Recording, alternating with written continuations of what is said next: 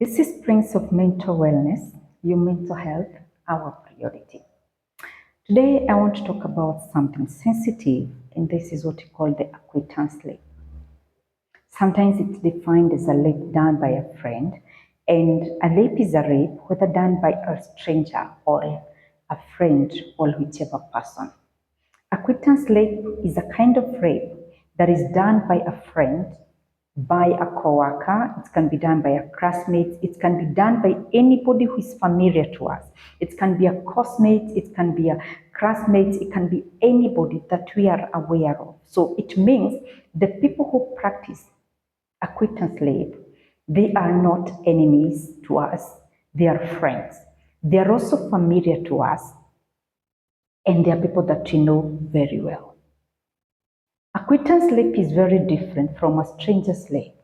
A stranger's rape is a rape done by somebody that I have no idea of who they are.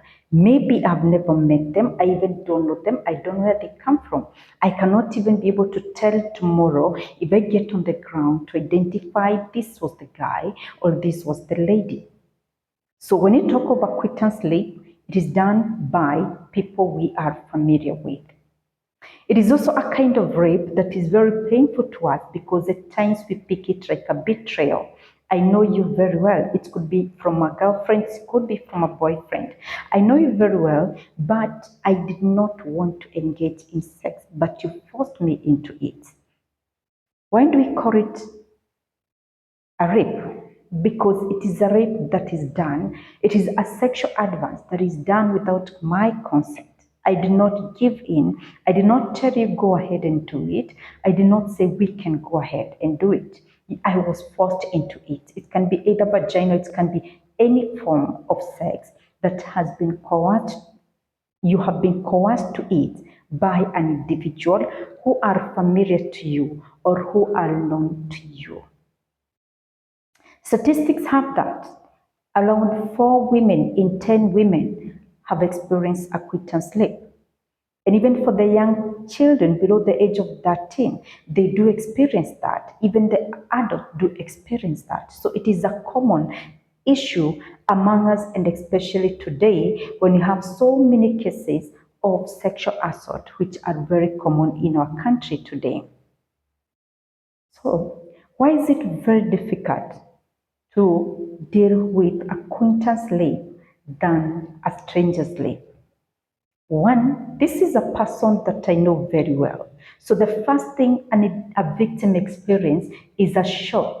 I did not see it coming. How bright was I that I couldn't tell that was her intention or that was his intention? So the victim experienced a lot of shock within themselves, and they feel that this is something that was least expected from their partners or from the people who they were with, because in the first place, they were all in friend zone before they did whatever they did. So it is something that is shocking. It's like when a friend has betrayed you in a very big way and you cannot be able to accept it within a very short period of time. So first, it acts as a shock to the victim. So as they are contemplating, remember, if I'm planning to report, it should be within 72 hours.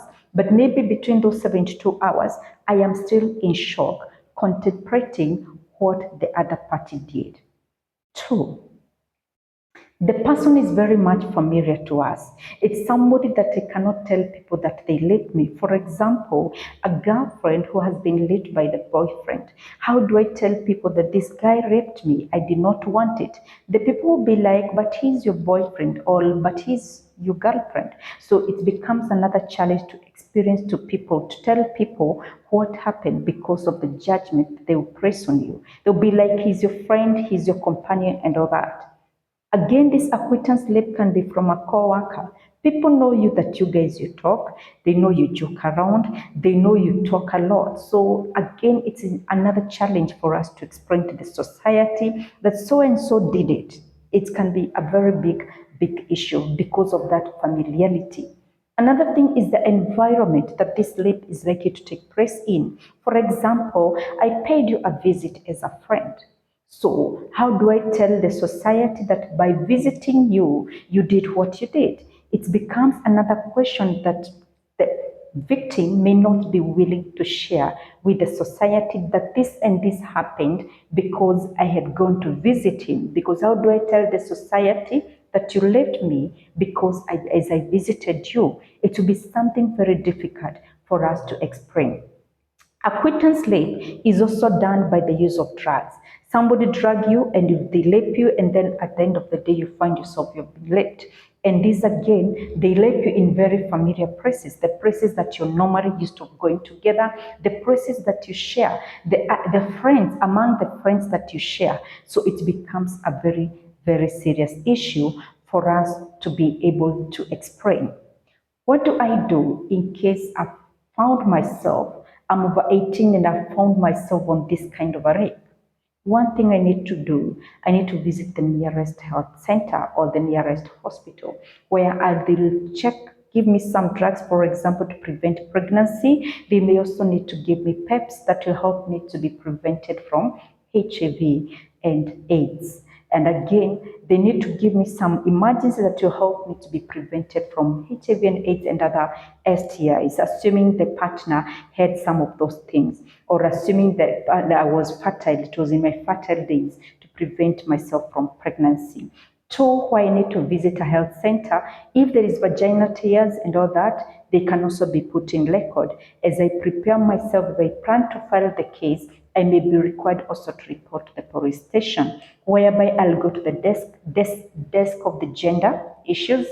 I'll address the police in the gender desk and explain what happened. They're ready to assist in the P3 form that I'm ready to fill in, take it back to the hospital fill in the form. After it has been filled in the hospital, then I'll need to pick that form. I can pick some photos for the evidence, and I can also make a copy for the same form, then take it back to the police station just in case I'm planning to file the case.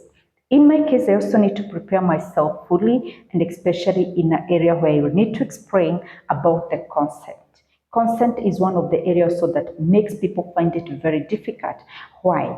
Because people know this is my friend, people know this is my coworker. How do I tell the society that he left me and we did not have a consent about it? That is also another challenge that makes people who experience this kind of a rape to find it very difficult to report. It is very good to be very cautious with the people that you are with, to be very cautious even with your friends, because anybody can plan for you such a thing and it will be something very difficult for you to get out of it.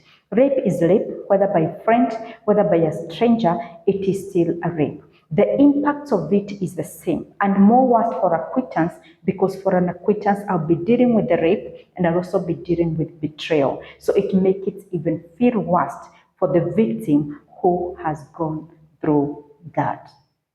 In my next video, I'll talk about how to prevent myself from acquittance rape and which measures I need to put across, especially if I have that friend who has been throwing some advance on me or sexual advance on me and I am not willing to be with them. And maybe if I weigh out, I've been suspecting that they have much interest on me. And how do I take precautions and measures to prevent myself from such scenario? For those who have gone through the rape, I'll also explain how to cope with the rape issue in case you've gone through that, and especially the acquittance rape, which becomes very difficult at times to report even when we are willing to do so. We may not have that courage to report the people we feel they have been our friends, the people we feel they have been our people close to us, all people who have been familiar to us. It becomes a challenge. For this and more, you can listen to my YouTube channel at Kagiri Njoki 456. You can subscribe for this and more videos. Thank you.